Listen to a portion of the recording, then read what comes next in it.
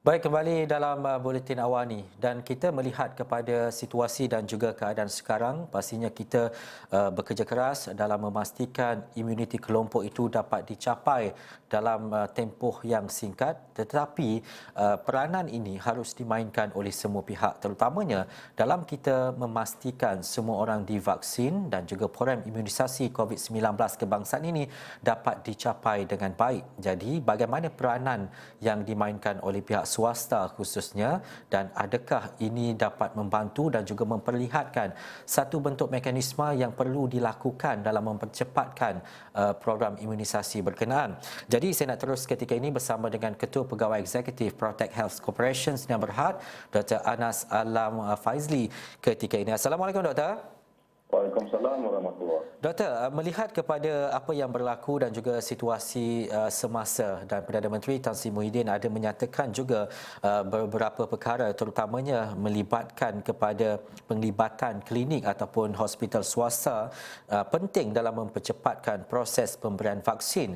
Bagaimana tanggungjawab dan juga peranan ini dapat dipikul dan juga diambil oleh pengamal perubatan swasta, hospital dan juga klinik ini, Doktor?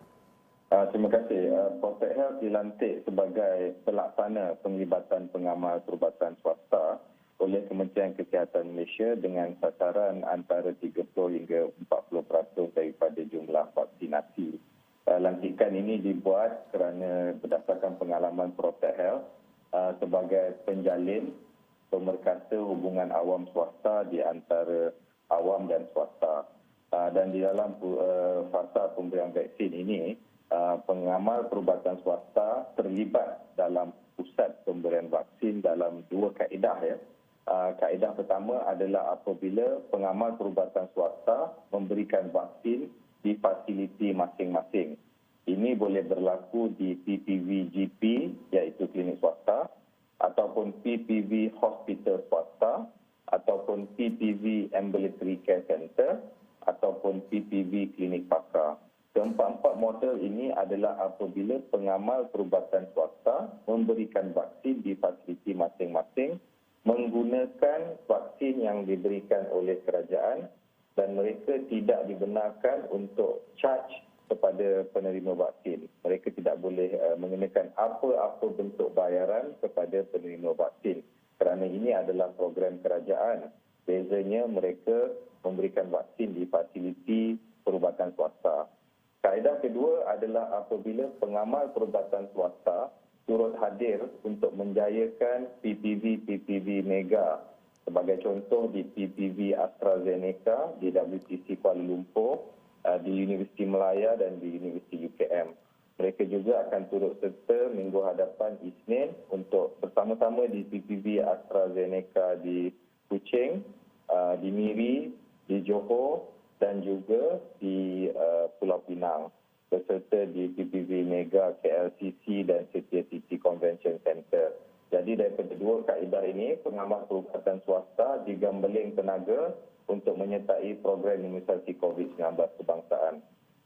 Doktor, kalau kita boleh tahu mungkin berapa jumlah kekuatan dan juga peranan mereka yang ada, terutamanya menerusi Protect Health dan juga pengamal perubatan swasta yang ada di Malaysia ini, berapa mungkin jumlah yang boleh kita anggarkan?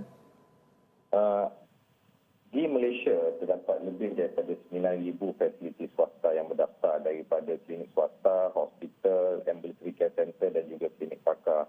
Buat masa ini lebih 2,600 telah berdaftar dengan Protect Health Corporation Sdn Bhd, dan Protect Health Corporation Sdn Bhd telah melatih lebih daripada 6,000 tenaga kesihatan daripada swasta.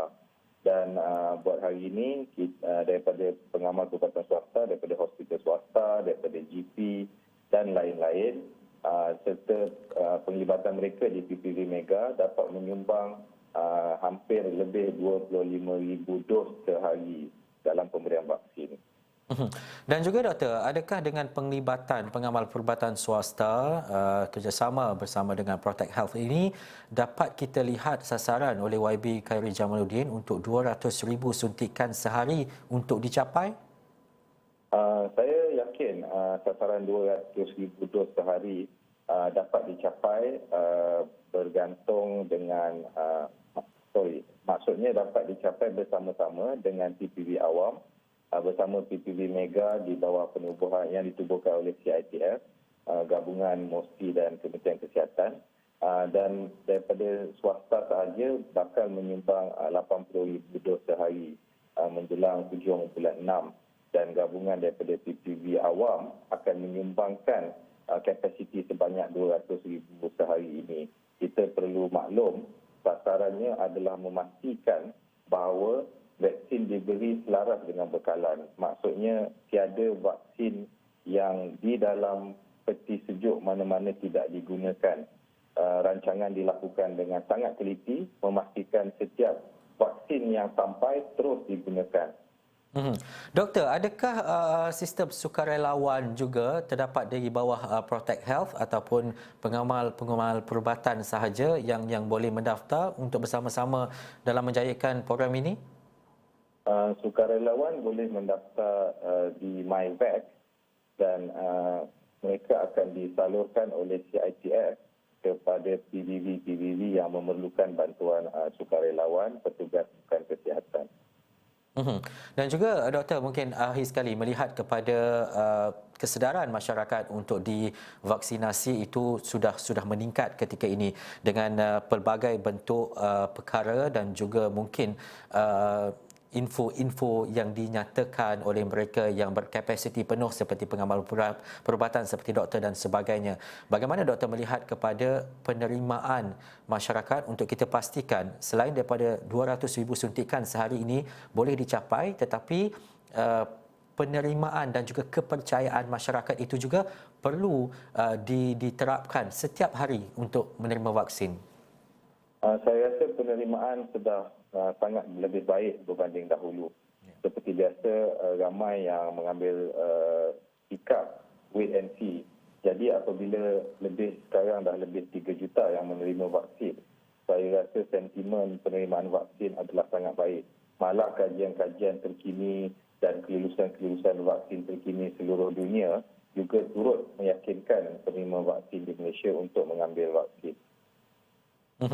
Baik, terima kasih Dr. Anas Alam Fazli, Ketua Pegawai Eksekutif Protect Health Corporation Sdn Bhd atas info dan juga pencerahan berkaitan dengan terutamanya yang melibatkan pelibatan pengamal perubatan swasta berkaitan dengan PPV dan juga menambah baik dan juga meningkatkan program vaksinasi COVID-19 kebangsaan.